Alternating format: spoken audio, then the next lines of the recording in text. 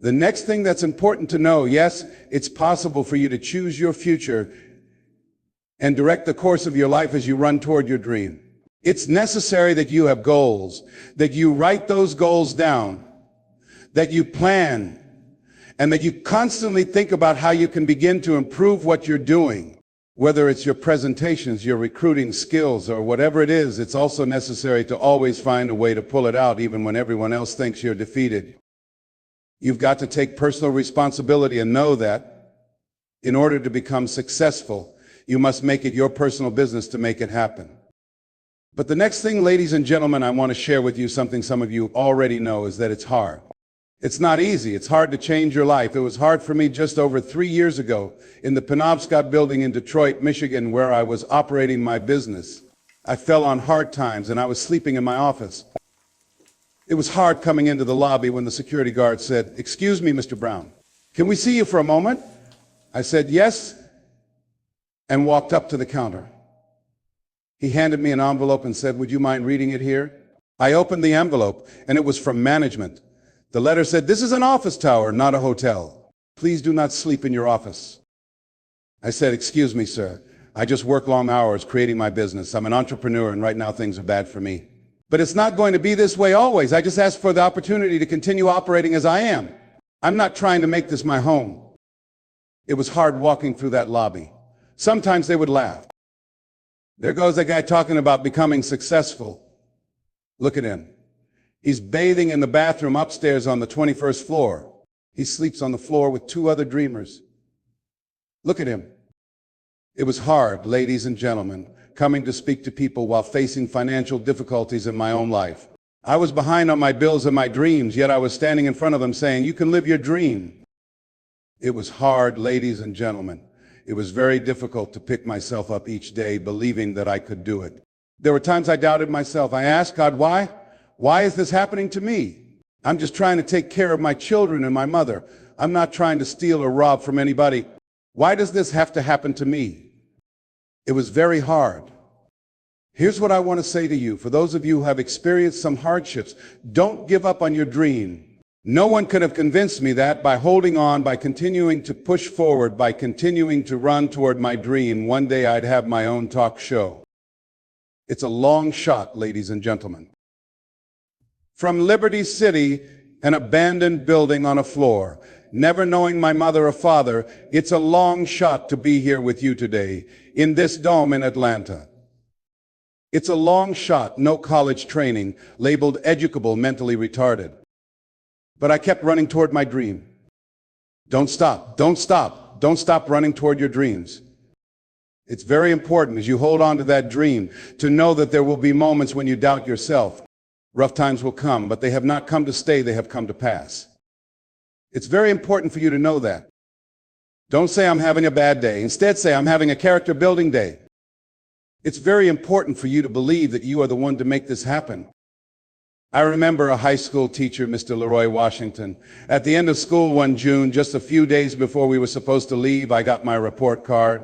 It said I'd failed history, failed English, and would have to go to summer school. I was feeling like a failure. I thought I'm slower than most people at getting paperwork done. I was feeling down on myself, very negative. Mr. Washington was giving a speech to the graduating seniors. I was in 11th grade, and though I wasn't supposed to be there, I went in because that speech was for me. As he talked, my heart began to beat fast. Tears started to run down my eyes. I stood in the back just listening. He said, and he was a very dramatic man, someone I still talk to today as graduating seniors of Booker T. Washington High School, I want you to know that you are blessed and highly favored. As you go toward the future, begin to know that you have greatness within you. If just one of you here envisions yourselves as being blessed and highly favored, as reaching your goals, if just one of you captures the essence of what it means to have greatness within you and takes responsibility to manifest that greatness, you can make your parents proud. You can make your school proud. You can touch millions of lives. The world will never be the same again because you came this way. The students gave him a rousing standing ovation. As he left the auditorium, I ran down the steps and caught him in the parking lot. I said, "Mr. Washington." He said, "Yes." I said, "Do you remember me, sir?" He said, "No." I said, my name is Leslie Brown. My mother works in the cafeteria here. I'm one of the twins, Leslie and Wesley. Mr. Washington, you know, I've got these big dreams. I like talking to people. I love people. I want to work with people. I've got this dream about buying my mom a home. Could I do that, Mr. Washington? He said, it's possible, Mr. Brown. As he walked away, I called out again, Mr. Washington. He said, what do you want now? I said, I'm the one, sir. I'm the one. You remember me, sir? I'm Mrs. Mabel Brown's boy. I'm the one. I'm the one. You must feel that way. That's why you're here. Because you are the one. I remember when PBS first played one of my specials, You Deserve, one Sunday afternoon in Miami, Florida. I had some friends call him to tell him to tune in. He watched the program, then called me in Detroit. When I answered the phone, I said, hello. He said, may I speak to Les Brown, please? I said, who's calling? He said, you know who this is? I said, oh, Mr. Washington, it's you. He said, you were the one, weren't you? I said, yes, sir. He said, and you were so crazy. I said, I know, but I'm rich now. Ladies and gentlemen, it's not going to be easy. It was hard, laying on the floor of the Penobscot building, looking out of the window, daydreaming, saying, Les, can you do this? Can you make this happen? I used to listen to tapes day in and day out, like See You at the Top by my great friend Zig Dennis Waitley and other motivational speakers like Dr. Norman Vincent Peale. And there was Dex saying, don't let anybody steal your dream. I used to ask myself, can I do this? And something inside me said, you're the one. You're the one.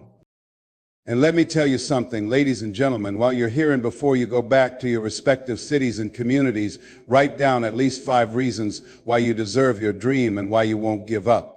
What's going to make you unstoppable? Why must you be unreasonable? Because logical, practical thinking says you can't do it today. But if you want to produce unreasonable results in your life, like living your dream and taking charge of your destiny, you've got to be an unreasonable person. You've got to be an uncommon person. So write down the reasons why you're here. My first major goal was to buy my mother a home. And let me tell you something, ladies and gentlemen, what will reasons do? Nietzsche said, if you know the why for doing, you can endure almost any how. What does that mean?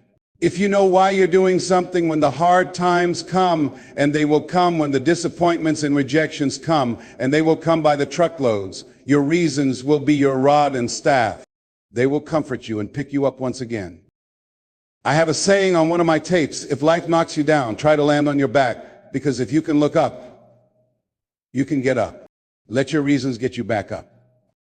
I remember when I bought the home for my mother, she came out of the car, and when I opened the door, I said, Mom, I think I know these people in this house. That was my first major goal. And then I couldn't conceal it anymore. I said, Mom, I got this for you. As she went from room to room looking at the house, she kept saying, thank you, Jesus. Thank you, Lord. No one could have convinced me that this could have happened to me. She looked at me and said, Leslie, you caused me so much trouble as a boy. You were always into something.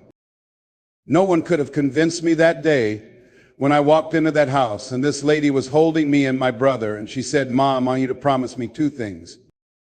My adopted mother asked, what is it? She said, 1, promise me that you won't separate them. I want them raised together. I want them to know each other. I got pregnant while my husband was away in the war and I can't keep them. Promise me that you won't separate them. She said, I promise. I won't separate them. I've never had children, my adopted mother said. I promise I won't separate them. The lady said, promise me that you'll never tell them who I am, because if my husband ever found out, he would kill me. She promised. As the lady gave us to her, she cried as she walked out the door.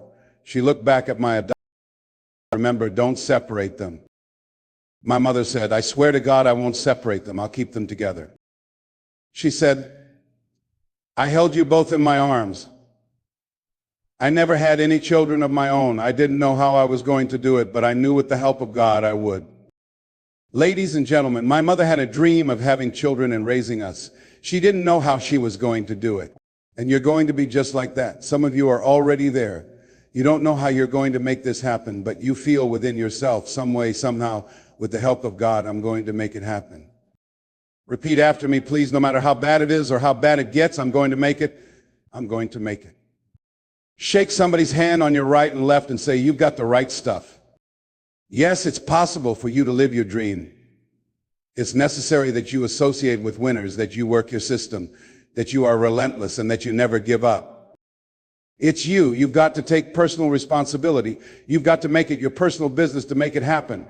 And you've got to resolve within yourself, I can do this. Yes, it's hard, but you've got to say, I'm the one.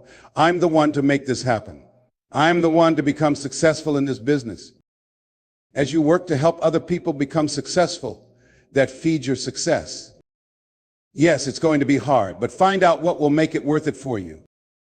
So, ladies and gentlemen, if you want to make your dream become reality, the people that are running at their dreams know that it's possible. They know that you can live your dream. They know that it's necessary to be relentless, to have a plan of action, to be creative. The people living their dreams are finding winners to attach themselves to. The people living their dreams know if it's going to happen, it's up to me. They resolve within themselves, it's not over until I win. The people running after their dreams know they're going to have hard times. But they keep running because they're saying within themselves, I'm the one. I'm the one. No matter how bad it is or how bad it gets, I'm going to make it. The people running after their dreams are the people who are hungry. Shake somebody's hand on your right and left and say, you've got to be hungry. Ladies and gentlemen, I want to dedicate this to you. If you want something bad enough to go out and fight for it, to work day and night for it, to give up your time, your peace, and your sleep for it. If all you dream and scheme is about it, and if life seems useless and worthless without it, if you gladly sweat for it and fret for it, and lose all your terror of the opposition for it, if you simply go after that thing you want with all your capacity, strength, sagacity, faith, hope, and confidence, if neither cold, poverty, famine, failure, sickness, or pain of body or brain can keep you away from the thing you want, if dogged and grim you besiege and beset it, with the help of God, you'll get it.